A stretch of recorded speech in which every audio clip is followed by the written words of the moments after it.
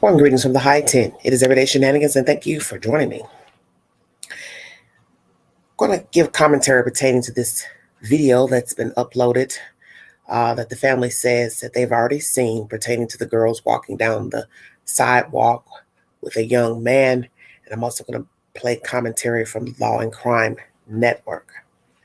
A lot of commentary, a lot of complaints coming from the family, complaints coming from naysayers who don't believe that this police department are handling the case or adequate to handle the case. You're entitled to your opinion, but the point is, it is an ongoing investigation.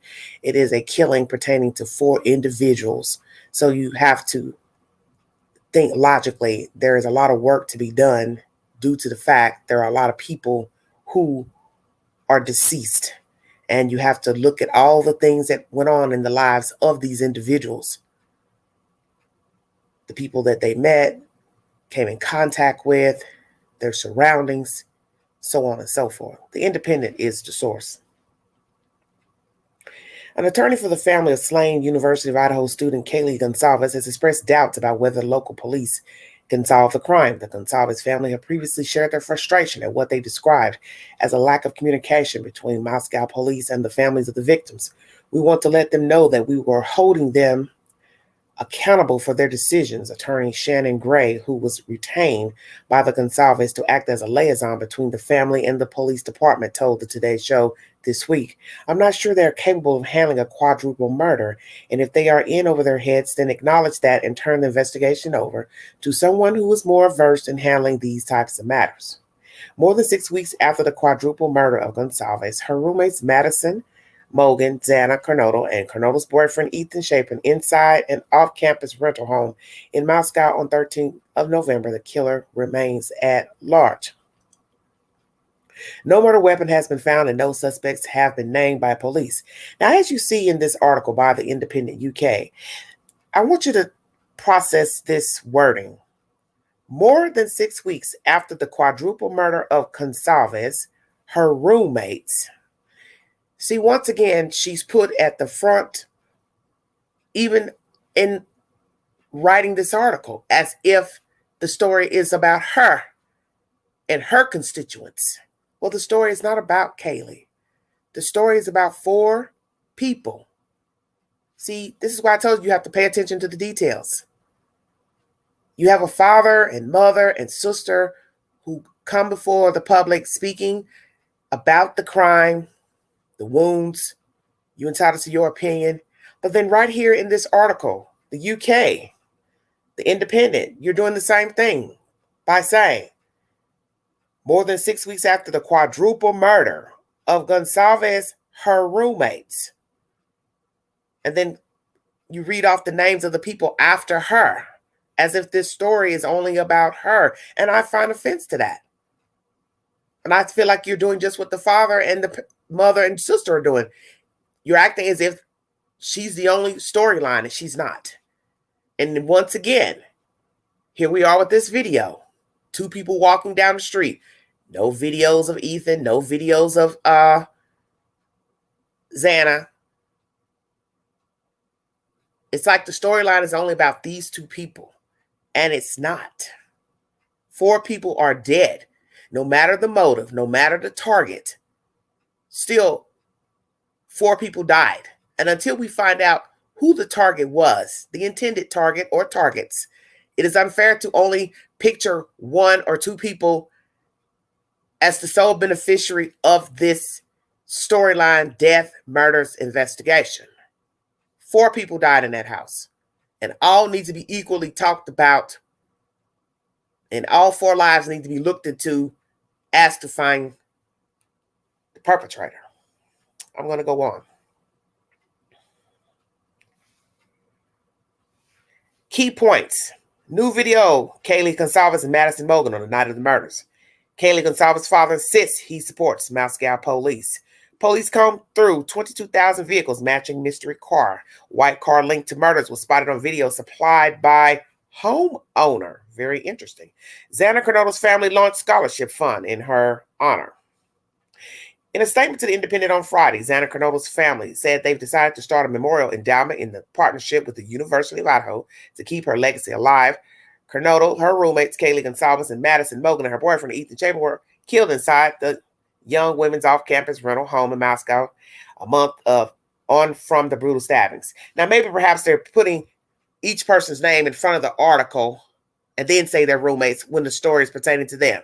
I could be misreading this, but I see they did Coronado named the same way.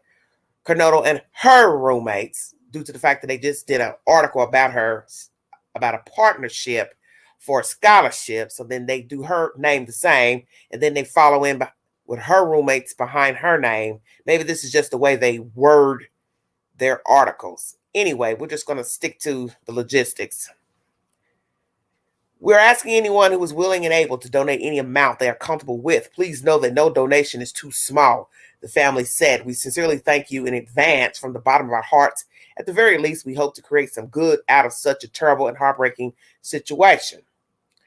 Moscow police scouted at least 24-mile radius for video. Moscow investigators traveled to the nearby towns of Troy and Kendrick for the footage that could help an investigation in the slayings of Kaylee Gonzalez, Madison Mogan, Xana Coronado, and Ethan Chapin, according to a Fox News digital report. Store owners in those towns said that authorities showed up at their doors asking for surveillance video from the 12th of November and the 13th of November. Several other stores in that area, including a liquor store, coffee shop, gym, and a gas station, were visited by police per Fox. Last week, police asked for the public's help in tracking down the occupant or occupants of a white Hyundai Elantra in connection to the case. Now, most of you know they spoke to a man in I believe it's a vape shop, and he said that Kaylee and Madison visited the business about 3 weeks before they were killed, along with Xana and Ethan. Okay. Oh, excuse me. He said no. The man told New Nation that Gonzalez and Madison Mogan had visited his business about 3 weeks before they were killed. Okay, then he goes on to say the other students who were killed alongside them. I don't know. Their wording is very strange. He said that Gonzalez and Mogan would always come together with two other girls. So who were those two other girls? I'm curious. The last time the group was at the store, he said he had asked them if they were traveling together in an attempt to stay safe. One of them more or less openly says, "Oh yeah, we've had one of our friends be stalked before, so that is why we travel in a group like this," the man said, adding that Mogan was who voiced the concerns while she motioned to Gonzalez. You could tell they were all obviously trying to keep Kaylee safe and be there for her as good friends. Thank you all so very much.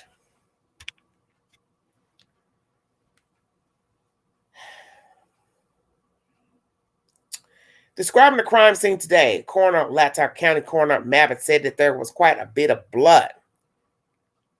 DNA has been recovered from the home, which Mogan, Gonzalez, and Coronado shared with at least two other roommates. Those roommates were at home at the time of the killings, but apparently were unaware of the murders until hours later. Nearly 3 weeks after the killings, police revealed a sixth person may have lived at the home. But we do know that allegedly that was not true, per information from the news. Police have taken more than 4,000 pictures of the residence after the murders. The door appeared to be unlocked with no sign of forced entry, and nothing seemed to have been taken, investigators said. And that I don't believe.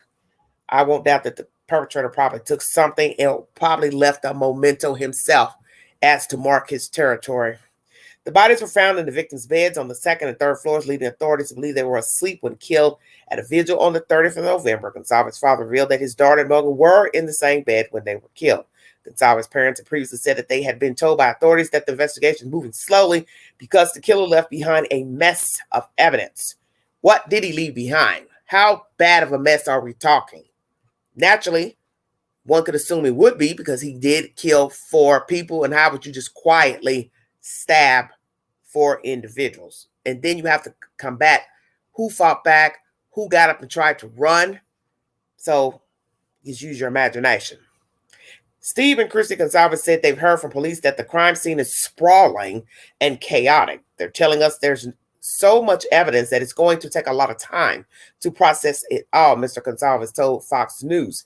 This wasn't like a pinpoint crime. This person was sloppy. In an interview nearly 4 weeks into the case, Mr. Gonzalez revealed that the victims suffered big open gouges rather than simple stab wounds.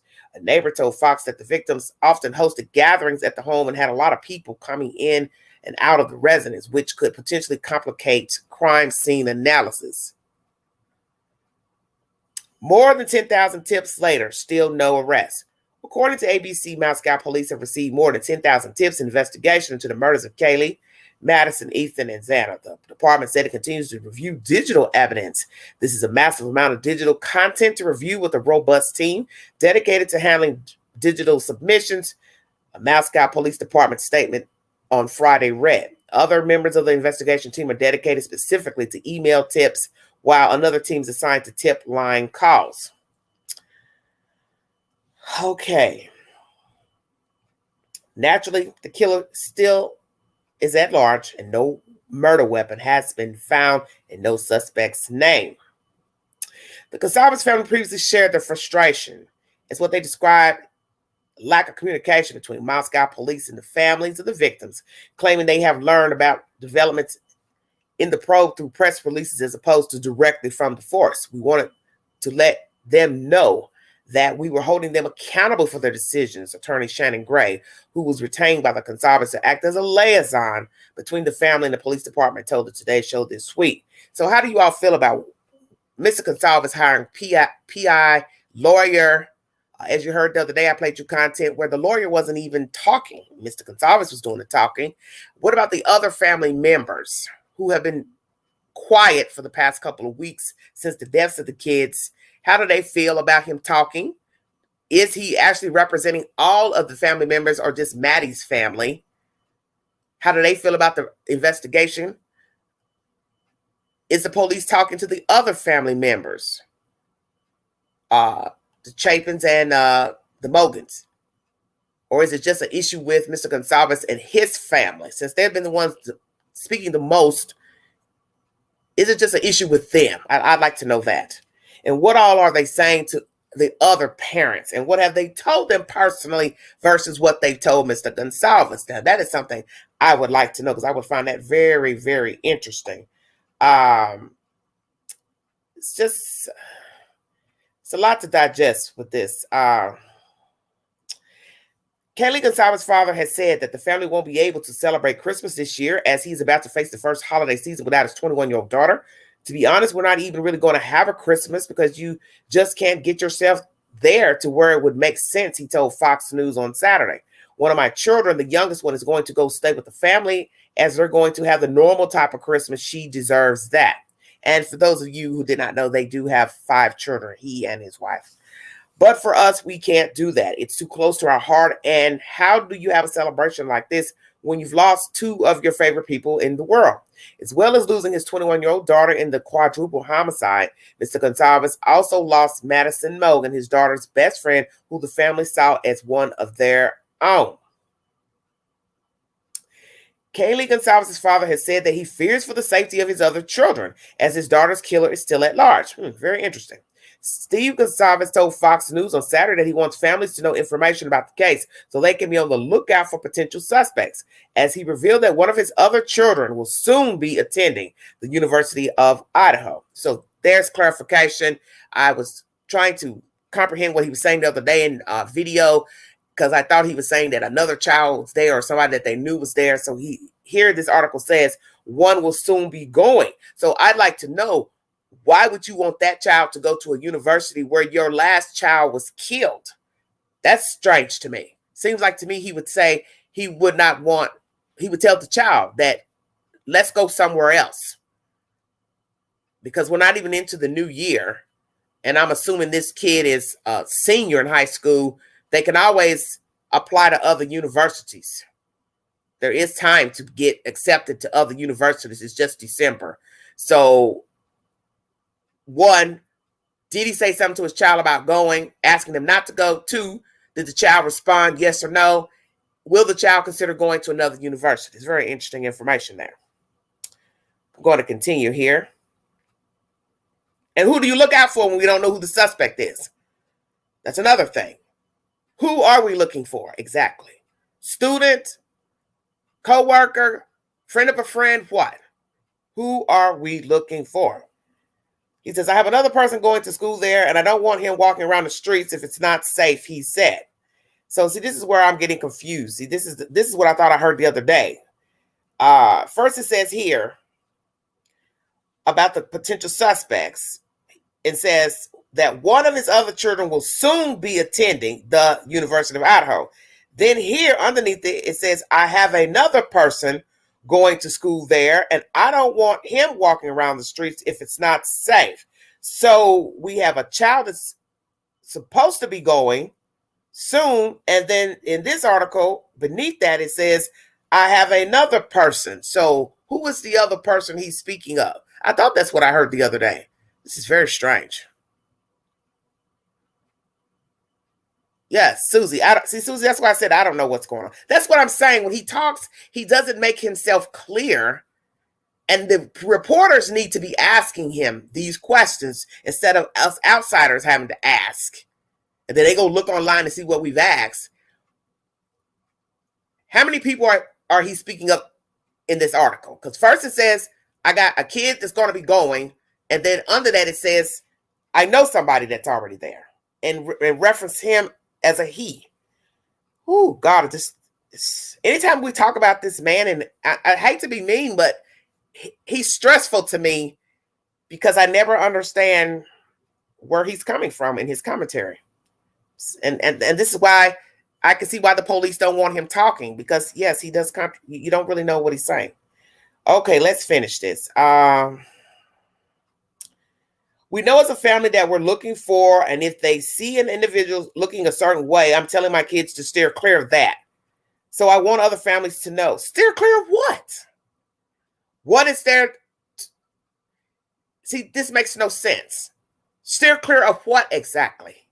A human being? We don't even know who the killer is. So who, and this is crazy to me, who are the children supposed to be looking out for? A person looks a certain way. What does that mean? That's why you got all this gossip on the internet about this guy at the Grubhub. Now this new video that he was already walking with the girls. See, this is why you can't assume anything, because you don't know the kids. You don't know who they're talking to. You don't know who they're friends with. You don't know what nothing means in a video clip. You don't know because you don't know them. So who are these kids supposed to be looking out for exactly? The only person knows what happened in that house are the victims and the killer. And unless the killer is confessed to somebody. So who are we, the community, the people in Moscow, supposed to be watching out for exactly? Because the killer has gone back to regular life, I'm assuming. He lives somewhere. He works somewhere. Don't know if he has children. Don't know how old he is. But the point is, he's somewhere living and being in the world. So to tell these kids, or your kids, who to look out for, who exactly would you be telling them to look out for when we don't even know who the killer is? This is crazy to me.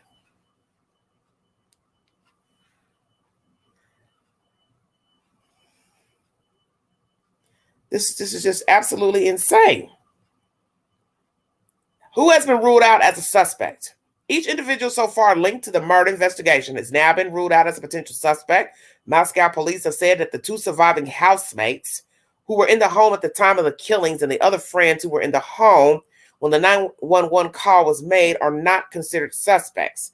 A man who was caught on camera with Madison, Mogan, and Kaylee at a food truck in the downtown area before they headed home in the private party, who then gave the pair a ride home from the truck, have also been ruled out. Gonsalves' former long-term boyfriend, with whom she shares a pet dog, Murphy, is also not being considered a suspect. In a twist, on November 6th, however, Moscow Police Chief James Fry told Fox News that cleared suspects could be re-interviewed. So anybody with sense should know, cleared does not mean it's mandated and set in stone. They have the right to go back to re-question anyone on any information that they gather, obtain, so on and so forth.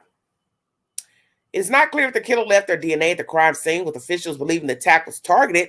It is possible that the perpetrator could have visited the home before that night.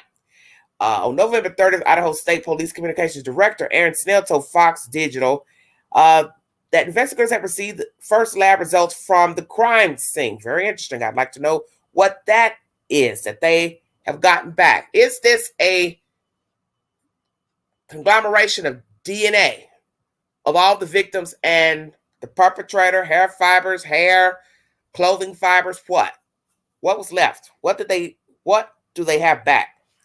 I do know that each type of testing, some take longer than others, And I also do know that there have been results that have been returned, and those go directly to the investigators. So that way they can help again paint that picture as we keep talking about, he said at the time. Mr. Snell refused to confirm or deny if DNA that did not belong to the 4 victims or the 2 surviving roommates had been found at the crime scene, as it is hoped that the forensics could finally provide some clues to lead police to the killer. He told the Independent that no information on whether DNA found at the scene matched anyone in the CODIS had been released to the press as of Thursday. Let me repeat that. No information on whether DNA found at the scene matched anyone in CODIS had been released to the press as of Thursday. So therefore, whoever says that it didn't match CODIS DNA, they haven't released the information to say if anything is a match or not. And I can see them not telling anybody, because as soon as they say, we got a match, first thing you're going to say as a reporter, well, who is it? Who is the person? Because that would make common sense to ask. So, Mr. Gonsalves' family don't think they're equipped. Do you think they should turn this investigation over to the FBI? How has this Moscow Police Department been faring thus far with the aid from the state police and the FBI? I would hope that they're faring pretty well, because the FBI has more experience in all of this.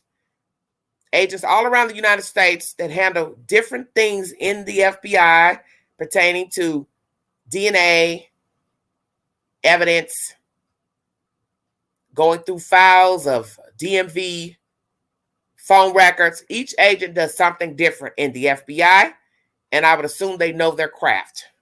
So hopefully they are picking up the slack where Moscow does not have the adequate resources, manpower, technique, so on and so forth.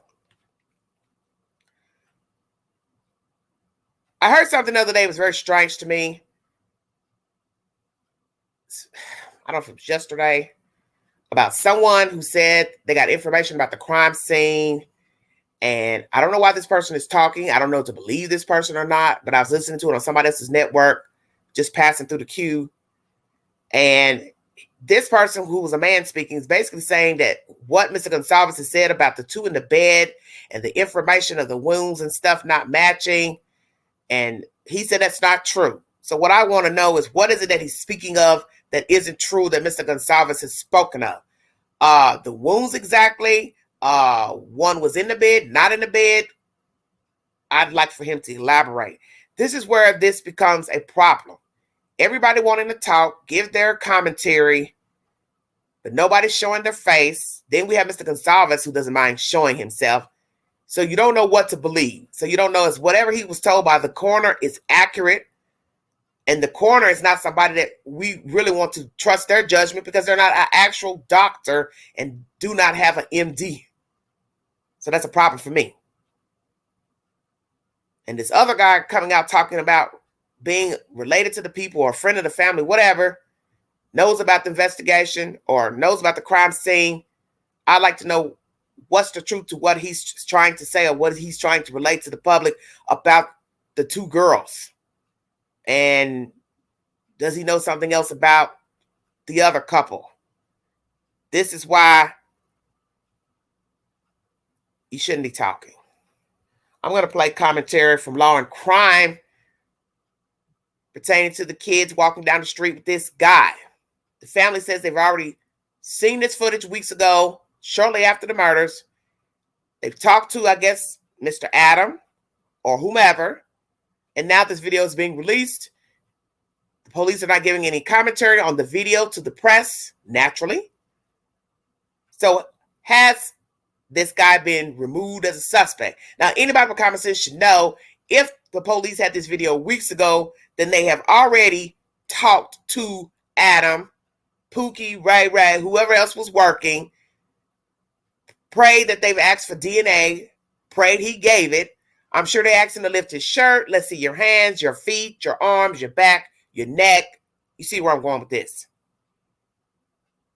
and you also will hear this in this commentary I'm about to play, how every time somebody's name is being thrown up into this investigation, people go stalk them, bother them, harass them, public enemy number one, make them public enemy number one. And as I've said before in my commentary, how many people are you going to keep accusing as the killer?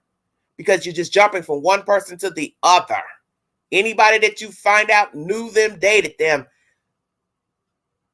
you're throwing them out there. I'm surprised you don't have anything to say about the manager at the vape shop. He's a suspect. Next, you'll have something to say about whoever worked at the gas station. See, it goes on and on and on. The white Elantra.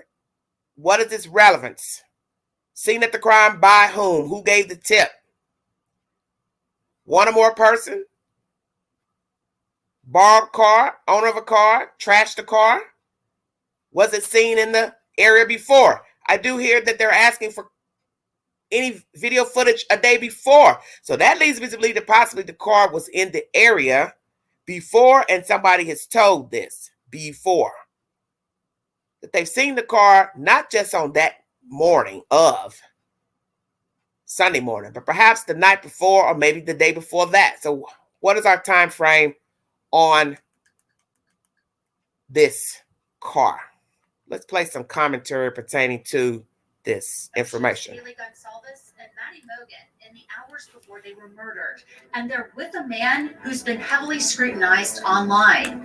I'm Anjanette Levy, and welcome to Law and Crime Sidebar Podcast. This piece of surveillance video is from the early morning hours of November 13th, and it shows Kaylee and Maddie walking down the street with a man who's come to be known as Hoodie Guy, and he has been heavily scrutinized online, despite the police saying that this guy is not part of the murder investigation. They don't believe he is involved. This piece of video was released by a Facebook group, first to Fox News Digital and later to News Nation. We have requested the video from the Facebook group, and so far they have not released it to us. So let's take a look at this video clip that also has audio of Kaylee and Maddie talking. Whoops. Slight commercial. Short videos, and they have all these commercials. Lord have mercy. Sorry about that, you guys. All right, here we go. Of Kaylee and Maddie talking.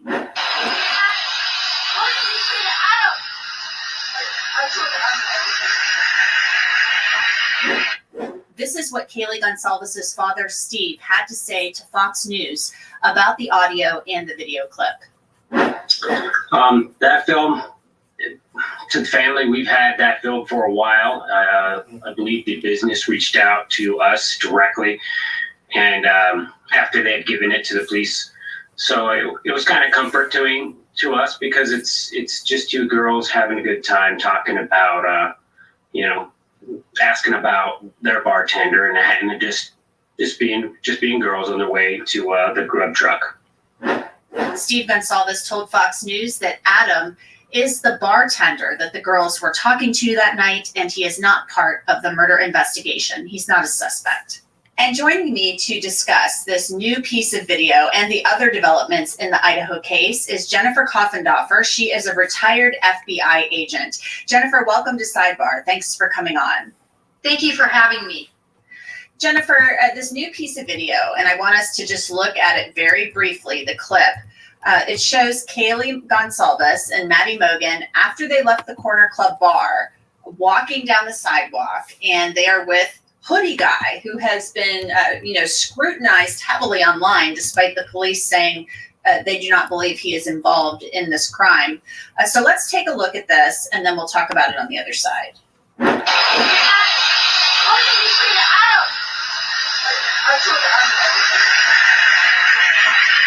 Okay, so Jennifer, we hear Kaylee and Maddie talking about Adam. Kaylee asks Maddie, what did you tell Adam? And Maddie says something to the effect of, I told him everything, and then the video moves on. So Steve Gonsalves said this Adam is their bartender. They've known about this video. He's not related to the investigation. So what are your thoughts on this clip? It's so brief. Well, first of all, I think it answers a lot of questions that some people might have about Hoodie Guy. You know, from the onset, very early on, law enforcement has said they don't expect that he is involved in this murder and in this crime. Yet he's been indicted on social media with little more than the way he looked or his positioning at the food truck. Really, was not clear to me why social media sleuths jumped on him with actually no factual information connecting him. In fact, for those sleuths that really watched all of that video, you could see him actually leave in the opposite direction of Maddie and Kaylee. Yes, he did. So it really Yes, he made no did. sense, this belief that he was involved, combined with the fact that law enforcement said he wasn't. So in a way, the fact that this was released, I think, adds to the picture that Hoodie Guy is not involved. I would agree wholeheartedly, and I think it's really unfortunate. We've seen this in other cases too, but just to, heap so much suspicion on one person just because they were standing nearby. This shows that he was with them prior to arriving at the food truck, and he was standing around them at the food truck. He was with them. It appears they left the bar together. So for him to receive so much scrutiny online, I think is wrong as this investigation proceeds. And, other people have suffered from this as well, this type of scrutiny. We have this bartender, I guess. The father says Adam is the bartender. I know when this first came out on Saturday, I was on one of the Facebook groups and I saw people then scurrying to look at Adam. Who's Adam on their social media accounts? Who are, Maddie and Kaylee following with the name Adam? And so then this guy gets put through the ringer. I mean, I find it to be really unsettling because this is like just a few seconds in time of their last night alive. And it could mean very little, if anything. Exactly. Exactly. It's very interesting how when we get a new name that's made public, then the sleuths just can go wild with that name. They look up all their media platforms. Right. They look up what they've said, what they've done. Any small detail that they find out of sorts, they will take out of context and then blow that up to mean something much more conniving than it actually is. Even these words that are said, when you listen to some of the YouTubers that I've already heard take these few words and blow it completely out of proportion, saying that it's very significant. And did you see the looks on their faces and the tone of their voices? And it's really terrible that this is happening to what I believe are innocent people, certainly innocent at this point. And what that means, this kind of indictment to them in the future. Sometimes people will never be forgiven or seen as innocent when they're indicted in social media with this veracity. I want to turn now to the search for the white Hyundai Elantra. So let's look at a little bit of Moscow police discussing the search for the white Hyundai Elantra. We've looked at massive amounts of video footage, especially in the critical camera areas, and we've looked at the 24 hours prior to and 24 hours after of those, and now we're extending that out even further to other cameras and other time frames. We have massive amounts of people looking at this, multiple different groups looking at the different videos in different locations, just because we have investigators all across the nation that are reviewing these videos for us and sending us back information on that. Jennifer, we know that the FBI is assisting Moscow PD in searching for the white Elantra that is seen in this surveillance footage. All right, brief intermission. I don't know who you all are talking about. Whose actions are suspicious? Hoodie Guy. They already told you he was already there with them. The one that Moscow police say they are confident that the occupant or occupants has information that could aid in this investigation. 22,000 white Hyundai Elantras, that's a lot. So how does the FBI assist Moscow PD in basically finding the needle in the haystack? Well, this is what the FBI does so well, in large part because of all the resources we have. So what they're able to do is take this list of 22,000 white Elantras, and they're able to distribute it to their different analytical forces that are throughout the United States. Particularly our top 15 offices have huge analytic squads, and this is what they do. They do it day in and day out. They comb through information. They contact individuals that would be associated with these cars, and they pare down one by one who could possibly be associated with an Elantra that could be associated with the time frame and Moscow and this incident. And do you think, it's likely or possible, probable that this person may not even own this white Hyundai? I think it's very possible that the person that they're seeking doesn't own the Hyundai, but had the use of the Hyundai for whatever reason, whether that's borrowed, whether that's somehow taken without the knowledge of the owner. It's very unclear, the words that have been used by police, but clearly they think this is a main focus that can help them solve this riddle of who committed this crime. And it's interesting to me, there's been some reporting that I've seen that Moscow police went as far as 24 or 30 miles to the east to other towns looking for surveillance footage. Does that lead you to believe they think there was a path of exit to the east of Moscow, that they've been able to piece together which direction this car likely headed after leaving? Well, law enforcement has used some particular words that I noticed. One was a pattern. They specifically said they've seen a pattern.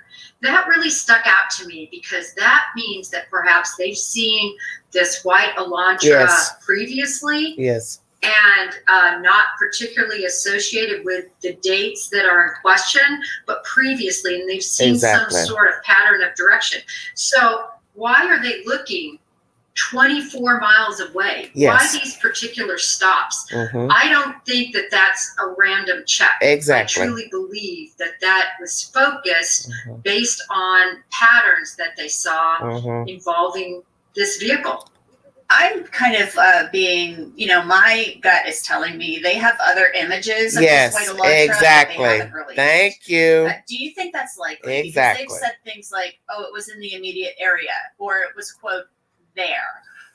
And when you mention patterns as well, that to me leads me to believe people are creatures of habit. So a vehicle coming and going, when you watch a neighborhood for a certain amount of time, you're going to see people in their regular routines, and possibly the Hyundai is seen before the homicides and during, but not after. So do you think there's other footage they have that they just haven't released showing the Hyundai maybe right there at the crime scene? Yes, I mean, one of the pieces of footages that at least I haven't seen is the footage from the apartment owner. And it's spoken about. He talks about it. He says a white or a light colored sedan, I believe. I don't believe he's released that. I believe other than to law enforcement, and law enforcement certainly hasn't released it. So that piece of footage is quite important. And maybe that was really the genesis of why now through FBI analytical work on the video imaging of that was able to make sure that that image could be pixelated down, if you will, where they can see the precise contours and details of the Elantra to know we're dealing with a 2011 to a 2013. And the video you're talking about is from Linda Lane. That is a street that's right next to King Road. We went and looked at that apartment building, that exact apartment building when we were in Idaho, and we saw cameras, but they were up in the parking area, we didn't see the one facing the road. And I talked to Debbie Francetic. She and her husband own that building. I spoke with her over the weekend, and she told me that the FBI did take that footage. The police took the footage. They have regular access to their cameras. And she said it was not, she couldn't tell if it was white. She thought it was a light colored car. That was what she told me. And she said it was just kind of driving by It wasn't moving fast. She told me, she said it just kind of drove by. So she said the FBI was going to work on that video with the tools that they have. So I'll be interested to see how quickly they come up with this and find this vehicle. Jennifer Coffendorfer, retired FBI agent, thanks so much for your expertise. We really appreciate it. Thank you for having me. And that's it for this edition. All right, everybody, that's Law and Crime Sidebar. Thank you all so much for following the content. Like, share, subscribe. Please pass this information to other platforms. Let's chop up what's been said. Adam video, not much to focus on. These women are basically saying it's sad to see how people jump on any name given, trying to find these people, Google them, anything they've posted to social media, make a big deal out of it.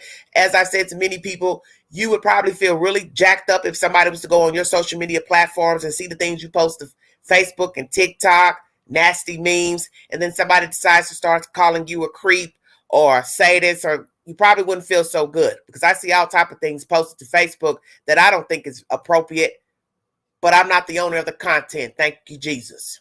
But the point is, a lot of people post a lot of crazy whack stuff to social media. You're entitled to interpret it as you see fit. But do you go around calling those people rapists and child molesters or killers? See, that's what you need to think about. And you're possibly friends with a lot of people that post a lot of whack shit. Because a lot of people are friends with people that post stuff they don't have no business posting. And you still friends with them. You still talk to them. You still wish them happy birthdays. You still like their photos, even if they put up a nasty picture that's got a penis talking to another penis. And you still friends with them. So think about that before you go throwing daggers at people on social media posts and their name being brought up. You don't even know these people.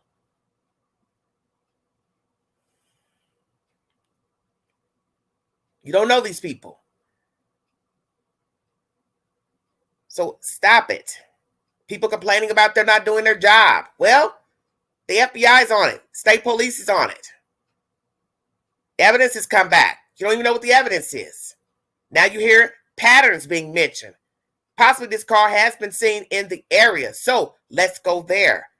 When was the last time the car was in the area? How many times has it been in the area? Is this somebody that lived there or was visiting? That's something I wanted to touch on in this live stream before I check out of here. Could this possibly be somebody who was visiting the area, only was here briefly, spotted the girls, or somebody in the house became fixated, had a problem with them? What? The two neighbors that live right close proximity to the left of the property. Those houses are bullseye view of the front of the house and the back of the house. Who's to say somebody didn't have a grandson, son visiting, nephew, uncle visiting, and they would just sit and watch the kids come and go? So you have to pay attention to the details. See, I listen. I don't listen to all that other stuff, because usually that stuff doesn't go anywhere. If they believe one of those kids is a suspect, it won't take long to put two and two together. Because as you hear in this commentary, people are creatures of habits. And if this is a first-time killer, he'll probably do something to trip up himself. So, the Elantra, borrowed without permission, stolen. Has it been trashed? Was it a rental car? Were they visiting in the area? You hear that they've talked to an apartment complex owner. FBI has gotten footage. Light color, perhaps, the lady says. So is it light color or is it white? Not driving fast? Was it casing the area? See, you don't know, because we don't even know who we're speaking of. Was this person casing the area? Some sicko wacko just riding around looking for someone, something, a target, a house. These people specifically. Is this somebody just casing the area? Went out of town to case the area. Many sadists do. They do not work in their own background, peripheral, as not to be apprehended. Makes a lot of sense. You live in a big city. Why assault somebody around the corner when you can go cross town where nobody knows you've never seen you before, never seen your car. Stay woke. Or you have the type of sadist that's cocky and don't mind riding around the corner to climb through a window, breaking a house. What type of sadist are we talking about?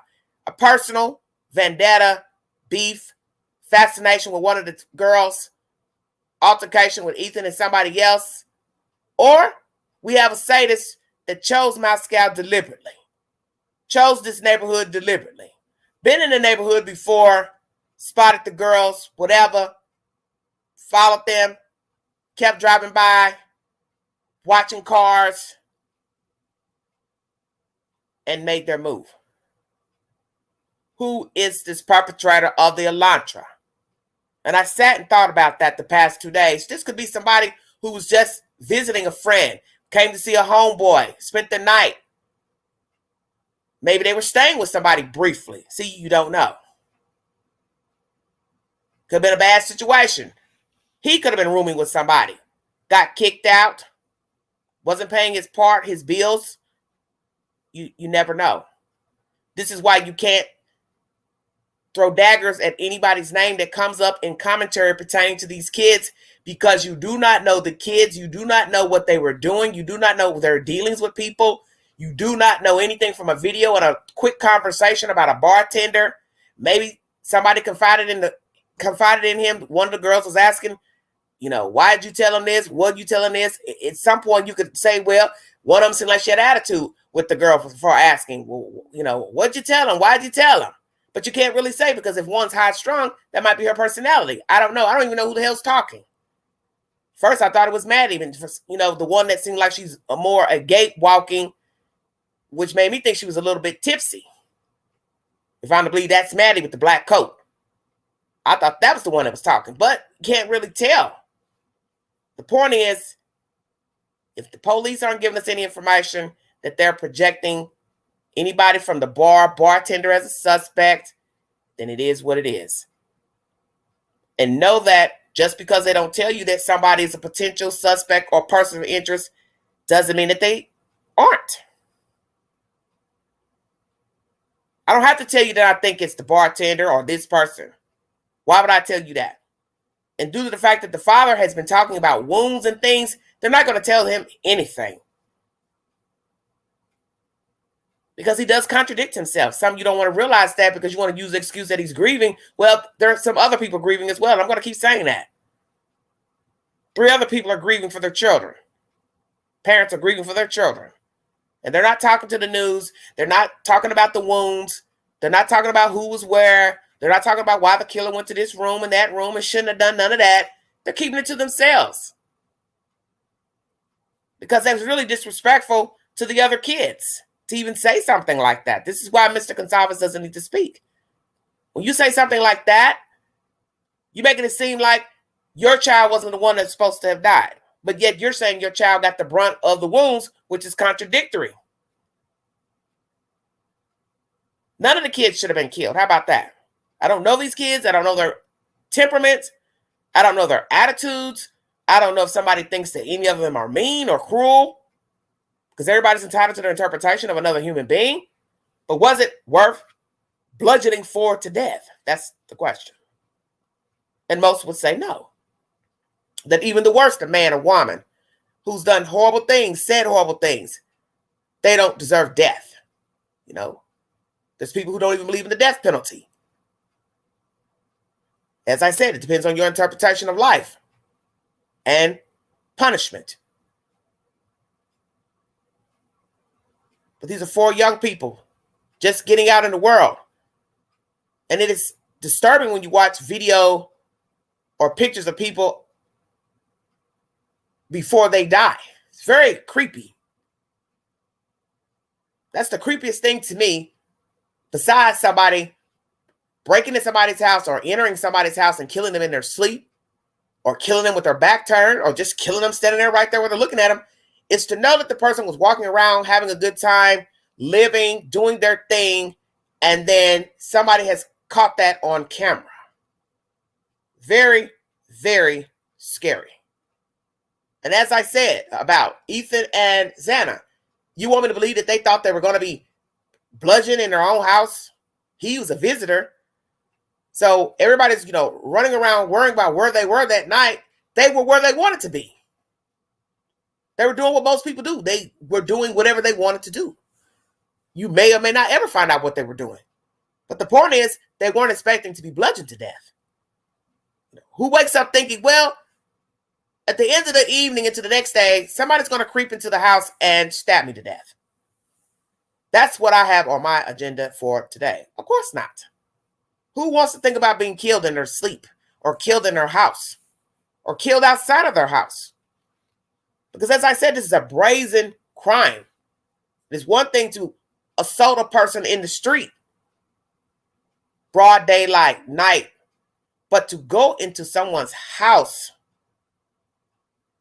do not even know what's going on in that house. I don't care if the perpetrator knows them. You still don't know what's going on in there unless the victim told you what was going on in there. So let's say this is a random perpetrator. To take the risk of 5 cars or more in a parking lot, make your way in the house, either jimmying your way in or open window door. However, it's scary as hell. And what's even worse is if they invited the perpetrator over or let the perpetrator in. As far as this white Elantra being seen in a parking lot that was mentioned in this commentary, was this car parked in that apartment complex that this reporter is speaking of, this podcaster rather?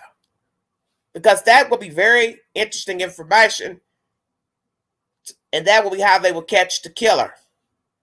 They can pinpoint if it was parked, how long it's been parked, if they got out of the car, went to visit someone in the building, or someone got in the car.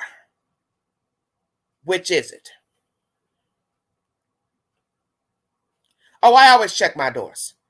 Even in the night, when I get off of here and I'm still up, it doesn't matter what time. I'm up, sleep, wake up, use the restroom.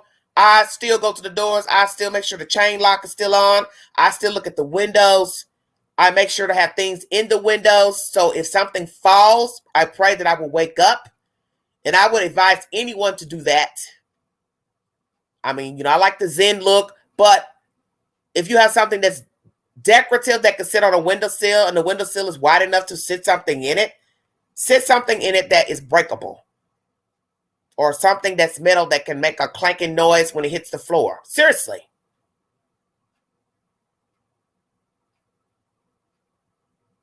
And if your bed is close to a window, if he comes in your sleep, well, he'll have to move that out naturally out of the window. But he's got to sit it somewhere. So if it's your bed, I guess he'll sit it on your bed. I hate to talk like this, but I'm just saying you need a clearance from the window to the floor. And if you have carpet, probably not so good, because if you're hard sleeping, you may not hear something hit the floor if you have carpet. But you have to remember, you know your home better than the perpetrator. So if the perpetrator has never been in your house, you need to jimmy that house for a perpetrator. Now, that's a sad thing to say, but those are the times that we're living in. Because every day we watch the news, there will be another crime. Sadly, the Idaho 4 is just the tip of the iceberg. There will be more crime. There will be more blood shed and more lives lost because we have creepy people out here. And every day you deal with people, you take a chance on being a victim. You may not think that somebody you know will hurt you or harm you, but you don't know people. And we've seen this time and time again, that most people, they say, are hurt by people they know, not strangers. So who is this perpetrator?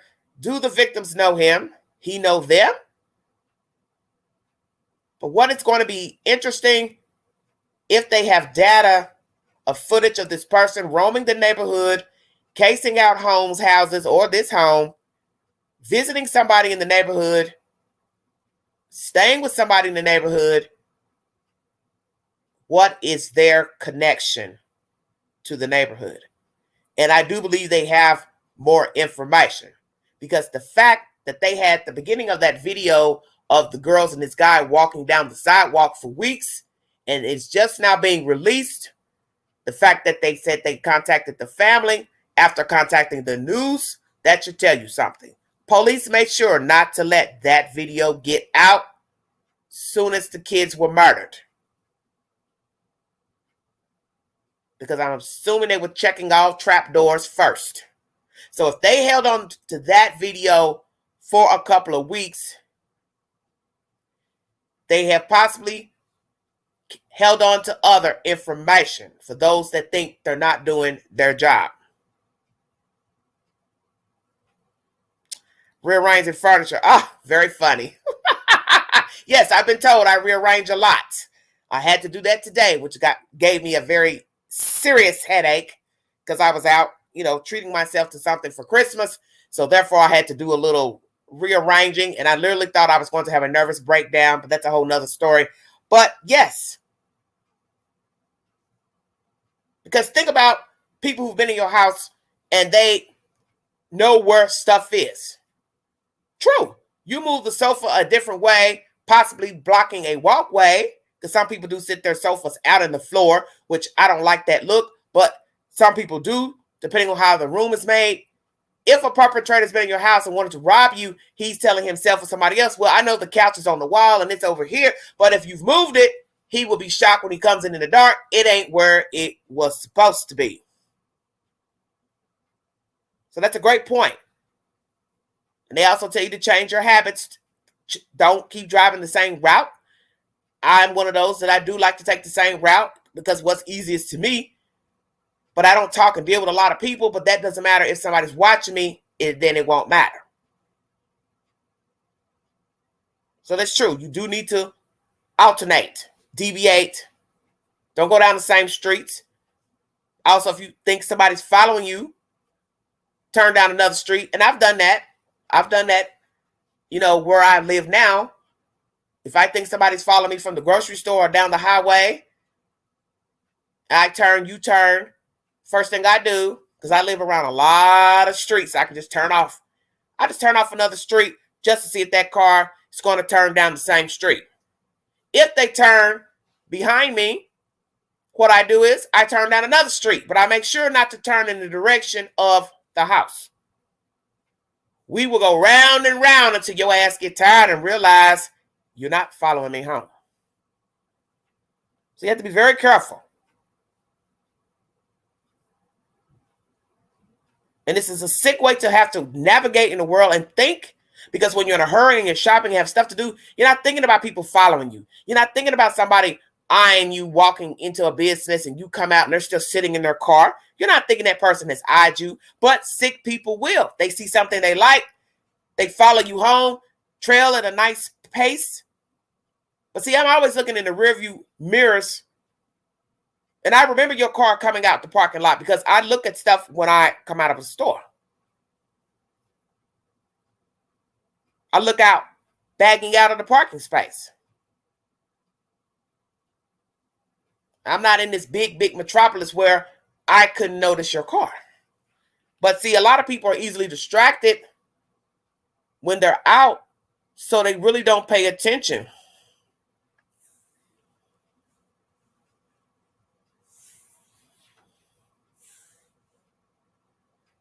You do have to pay attention. And that's my message in this live stream. Don't assume you know people. Don't walk in fear, but don't assume you know people. Don't assume that nobody will favor you. Because somebody didn't favor these 4 kids for whatever reason. And right now it's not fair to throw daggers at people that we do not know because we, one, don't know the kids. And you don't know what was going on in their lives and what type of company they've attracted that was vile. And I've said this, I will say this in any true crime. Until you know the victim, you can't know the perpetrator. Whether the perpetrator is known to the kids or not. You've got to know the kids to know the perpetrator. Because in the end, this could just be a random person that decided to pick one of these kids out, or the 2 they saw the most. I don't know. Could be also a student. Could be somebody that they do know. I don't know. I do not make any claims to know who the perpetrator is.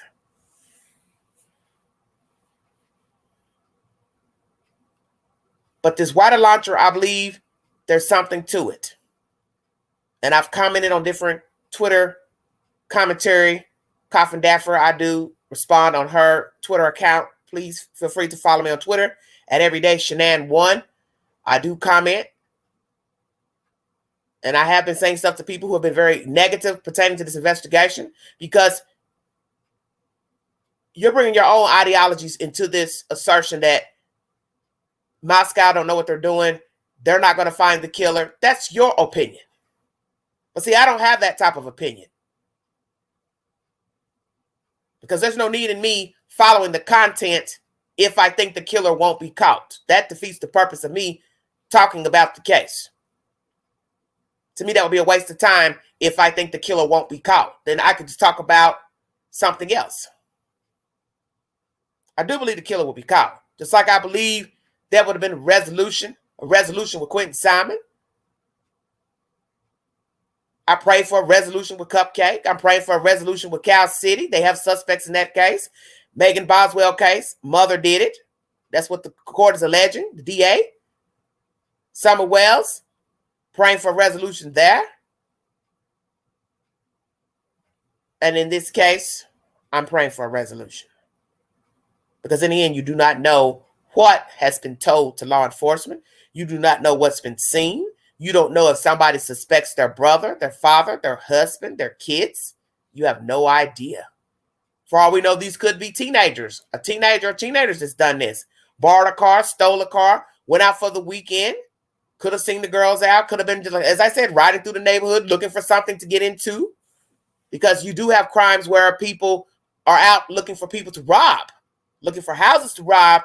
And then, as they say, things turn and jump off inside of the house. So you don't know. That's why I said that proximity of those houses to me is dangerous, because each house had a bullseye view of the kid's house. The house in the back has a bullseye view of the back of the house, and the house to the front, their front door faces the parking lot. So you can see who's coming and going every day. You can see who's going in and out every day. You also can see up the street, cars coming down the street and cars coming out that apartment complex next door. Bullseye view just from your house. Apartment houses right across from the driveway. Bullseye view for someone to sit and lie in wait in windows and watch. See, this is how you put together your perpetrator. Who has the advantage to know the comings and goings of the people in the house? Who has a bullseye view of this location from front to back? And another thing that I was thinking about is watching the armed car sit in front of the house. This has been bothering me too. Who's to say that the killer has not snuck up from the back to watch anything? Because you all are sitting in the car facing the road, officer or whoever this company is that's guarding the house. But how do you know if someone has not been in the back? Now, they would be stupid to come through the woods to look and gape, knowing Mr. Enton and other news agents have been there surveying the property, flying drones to give people an area view of this place. But you do have sick people who would wait when they think it's clear to go in, such as they did in the wee hour, witching hour, and go dress up in all black, green, military look, and peep just to see. Because the person was brazen enough to go on that property, rather from the back or from the front. And why would I think he or they wouldn't slip their way back up to that property some kind of way? That's why I said, who had the advantage of watching? From the front side to side, and the front parking lot. You have houses and apartments circling that house.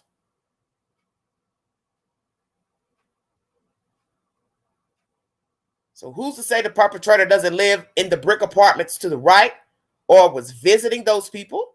2 houses to the left, house in front of you, and the back of an apartment building faces the house.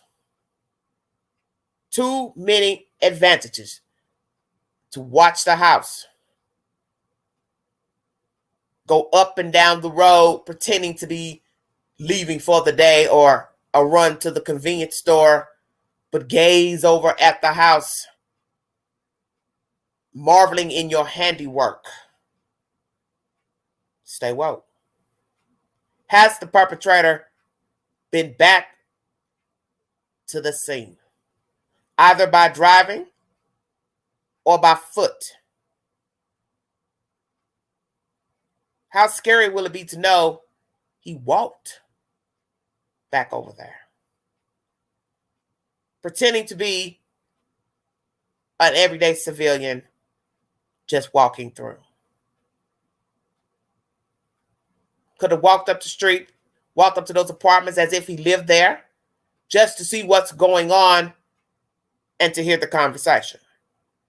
And I won't doubt that he has mingled in at the school, if he is not a student, or mingled in with people in conversation pertaining to the Idaho 4 slayings, and he has given his opinion. But what I'd like to know is what he has said in his opinion. Positive or negative?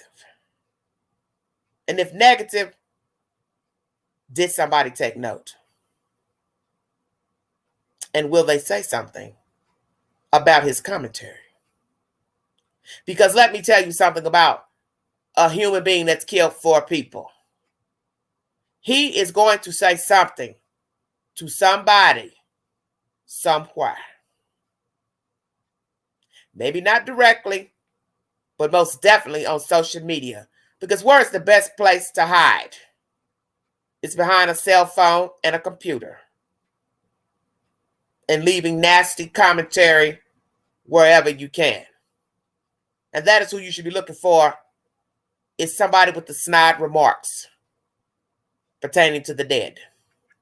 Because we already know there is no reason to be saying anything derogatory about dead people that you do not know and that you have never met.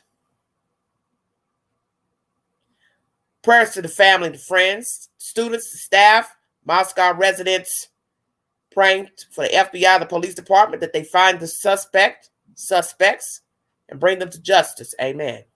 Thank you all so much for following the content, new subscribers, new viewers. Please check out Mount Magic Christmas, starring Dolly Parton and Willie Nelson. The Queen has an extra role in that. You can find this musical on NBC and Peacock. Merry Christmas to everybody. Please stay safe. Say a prayer for these children, that justice will be served. Prayers for all children. And please be safe out here shopping, online, in the stores, by yourself. Please take somebody with you if you decide to go out at night. Be careful what you post on social media, period. And be careful showing your goodies on social media. Best to post things a day or 2 later from coming from anywhere or travel. Always know that people are watching and people are lurking. Do not put boxes outside so people don't know what you bought. If you just bought a big boy TV, take that box and load it somewhere else. Especially if you live in an apartment, take the box somewhere else. Because naturally, many people want to take the box inside. You're probably going to be seen carrying it in anyway. But I wouldn't unload it at the dumpster. Just so people don't know what you got going on. Because this is how people watch you. It's through the windows. And a lot of people don't realize that. But you can learn a lot by watching people, period. Sitting on a park bench, sitting on your porch, sitting on your balcony, sitting in your car, sitting up anywhere, and looking out your window. You can learn a lot about what people are about and their habits And as they said in this commentary, people are creature of habits, and that is true. And I'm hoping that is how the perpetrator will be caught. Thank you all so much for following the content. God bless all of you. Please stay safe. I will try to bring you more commentary before the holidays. God bless all of you. I will possibly do one video pertaining to JonBenet Ramsey. Court TV has done information pertaining to that case. I just finished watching 2020's rendition from a year ago, and I still got some updates to other things pertaining to Quentin Simon I want to bring, and Shanquella Robinson. Thank you all so much. God bless all of you. Happy holidays. This is Everyday Shenanigans. Thank you so much.